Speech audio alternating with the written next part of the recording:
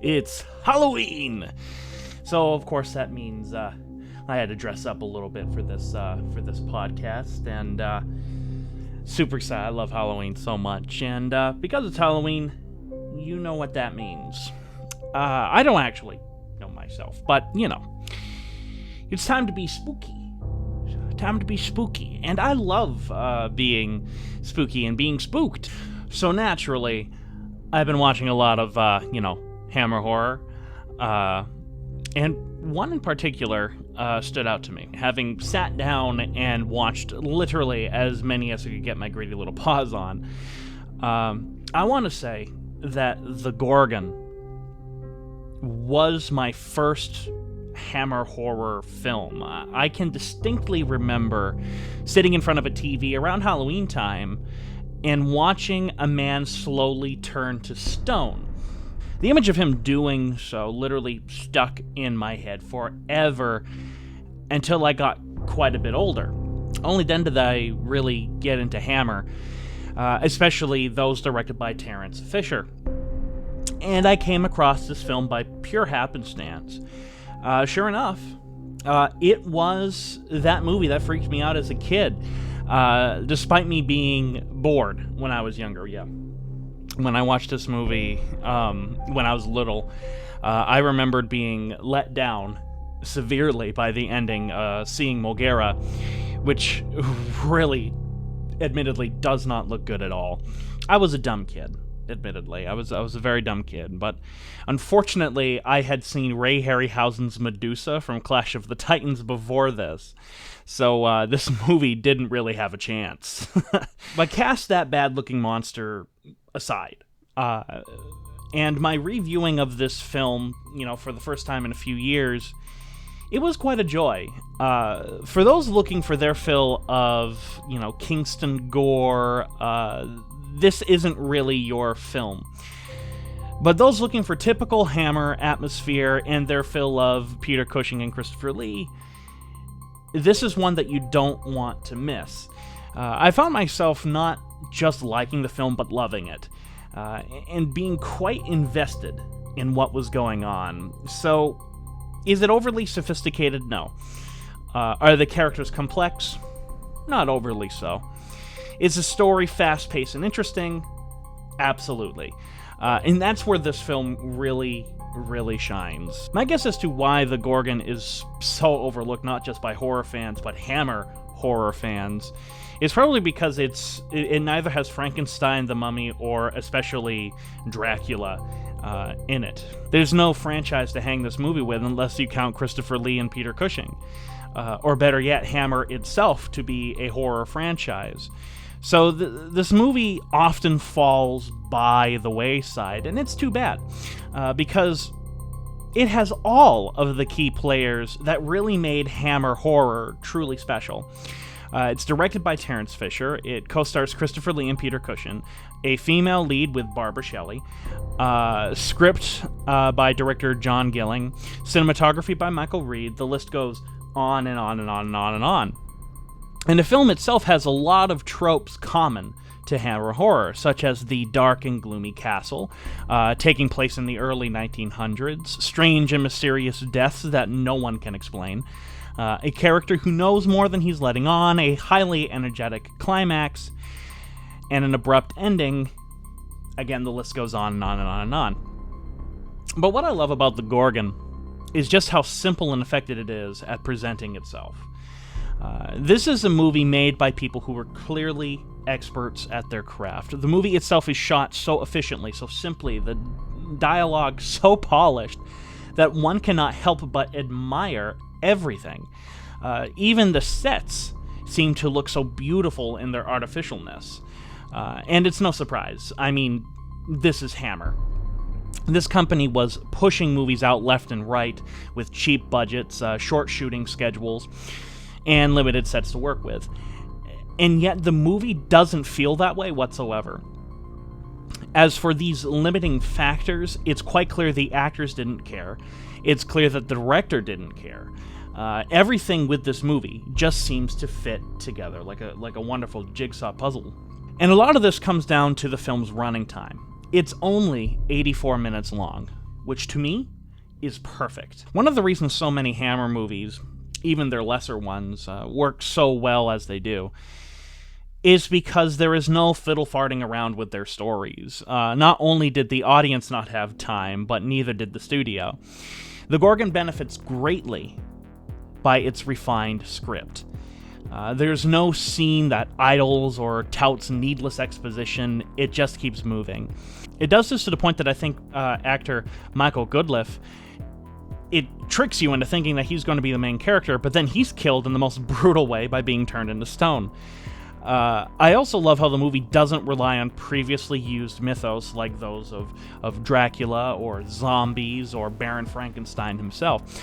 The movie instead relies on Greek mythology, though admittedly very liberally. And on the surface, you'd think that wouldn't work for a gothic horror film. But the Hammer team made it work effortlessly. They made it seem effortless. Another thing I love about this movie is its surprisingly complex characters, especially Barbara Shelley, who is someone trapped against power beyond her control. Or Peter Cushing, who comes off as a villain throughout the story, but it soon becomes clear the reasons he's doing what he's doing is because of his underlying love for Barbara Shelley. Or Christopher Lee, who only has one short scene at the beginning of the movie and doesn't reappear until the last act of the film. He's kind of like Sherlock Holmes in The Hound of the Baskervilles, where Holmes isn't in the story, actually, very much, but when he is, by God, you remember him. And I can't say this is bad script writing either. It makes sense when he shows up when he does. He's established as a close friend to Richard Pascoe's character, and when things go quiet for a while, he goes looking for him. And so it's all established and works out quite well. Nothing is forced here. It just moves naturally and progresses the story naturally. So speaking of that, the comparison to Sherlock Holmes is not a coincidence either, considering both Christopher Lee and Peter Cushing not only played Sherlock Holmes, but played in Hammer's production of The Hound of the Baskervilles in 1959, also directed by Terrence Fisher. And having a Sherlock Holmes kind of character in this film not only adds a lot of charm to it, but Lee playing the role with all of the charisma you'd expect, but it also really just drives home the mystery of the film. Why is Peter Cushing keeping everything quiet? Why is Barbara Shelley under lockdown so much? Is Barbara Shelley a patient in the psych ward that Cushing runs? Does she know more than she is letting on? And while Robert Pascoe does a good job, let's face it, he's no Christopher Lee. And while Cushing chews every scene he is in, without Lee, this movie really would have felt one-sided, instead of the more balanced presentation that we actually get, which is a good thing. And of course, how could it be a Hammer horror movie without some kind of tragic ending? First of all, I love how almost all of our main characters get killed in this film. There is no holding back here. No baits for sequels, except maybe The Adventures of Christopher Lee's character, which, the more I think about it, the more that would have been awesome. But the film's ending is truly tragic, with our main characters fighting over what to do. Peter Cushing, knowing the truth about Barbara Shelley, being possessed by Mogera, he's taken it upon himself to kill her. While his rival, played by Richard Pascoe, has fallen so in love with her, Barbara Shelley, he can't see all the facts. He's just so head over heels for her. And so while Cushing is killed by Mogera, it is Richard Pascoe who sacrifices himself to look into her eyes, which distracts her from Christopher Lee, who chops off her head. Another nod, by the way, to Greek mythology.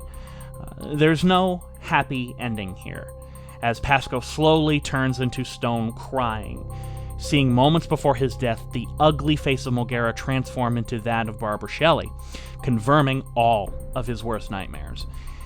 And that's how the movie ends. There is no hip hip hooray or a feeling of escaping the evil which has befallen these characters. In the Gorgon, there is only more pain and suffering. And that's something that I love about a lot of Hammer movies, is that feeling of dread throughout the entire thing, and especially the endings. The Curse of the Werewolf with Oliver Reed is another great example of this. This movie is also no exception for Hammer's exciting endings. I mean, there's a lot of energy here. The sword fight between Pascoe and Cushing is easily on par with what we saw in Horror of Dracula or even later films. This is partially why I'm so impressed with how tight the script is. A lot of the dread and horror within the movie stems from the knowledge of Greek mythology. That's one of the things that really makes this film stand out. For example, you have a family who is cursed for generations. In this case, it is the Heights family, the younger brother being killed first, then the father, and then finally the older brother. There is also the idea of fate being unescapable. And this falls upon Barbara Shelley, who is such a caring character throughout all of the film. She is confused and angry at Cushing for lying about autopsies, yet can never bring herself to escape from the town, and it's because she's been possessed by something beyond her control.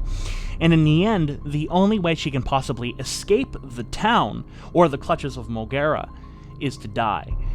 This is something straight out of Greek storytelling, and something widely adopted by modern horror, especially in The Wolfman, where the same kind of story is told over and over and over again.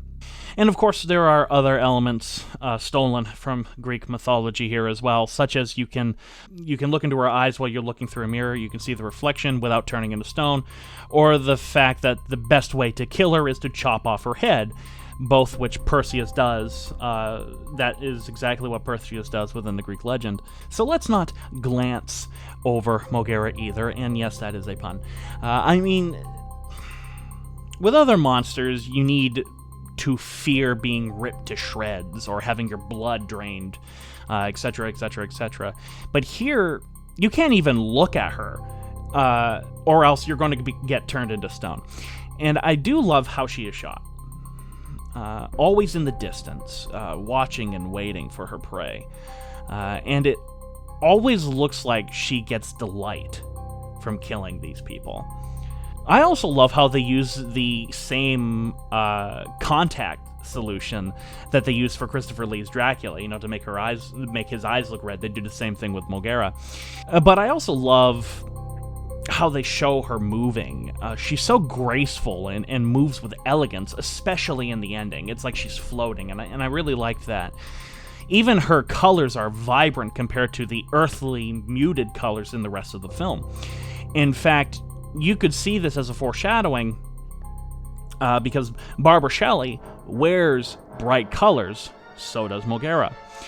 And when the lighting cues change to golds and blues and reds, you know the creature is nearby. It's a little subtle things like that I really appreciate in this movie.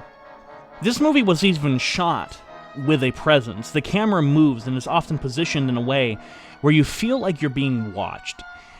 Or better yet, looking from Mogera's point of view.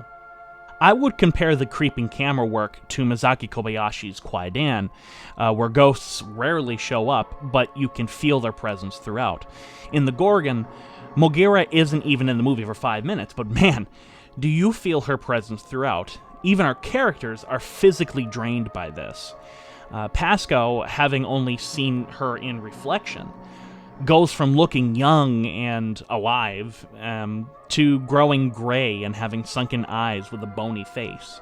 It's like even escaping Mogera means a sort of death in its own right. Or how, if you glance at her, you slowly turn into stone instead of it being almost instantaneous. And that's where Michael Goodliff's character comes in. Like I mentioned earlier, this scene stuck in my head forever, and it's wonderfully done. I love how pained he sounds breathing, like the Foley artist added chalk scraping together to add the idea that he's literally turning into stone. I mean, that kind of stuff is pure cinematic genius, him writing the paper and his hand getting stiffer and stiffer, the handwriting getting worse and worse because he can hardly move until he can't literally write anymore.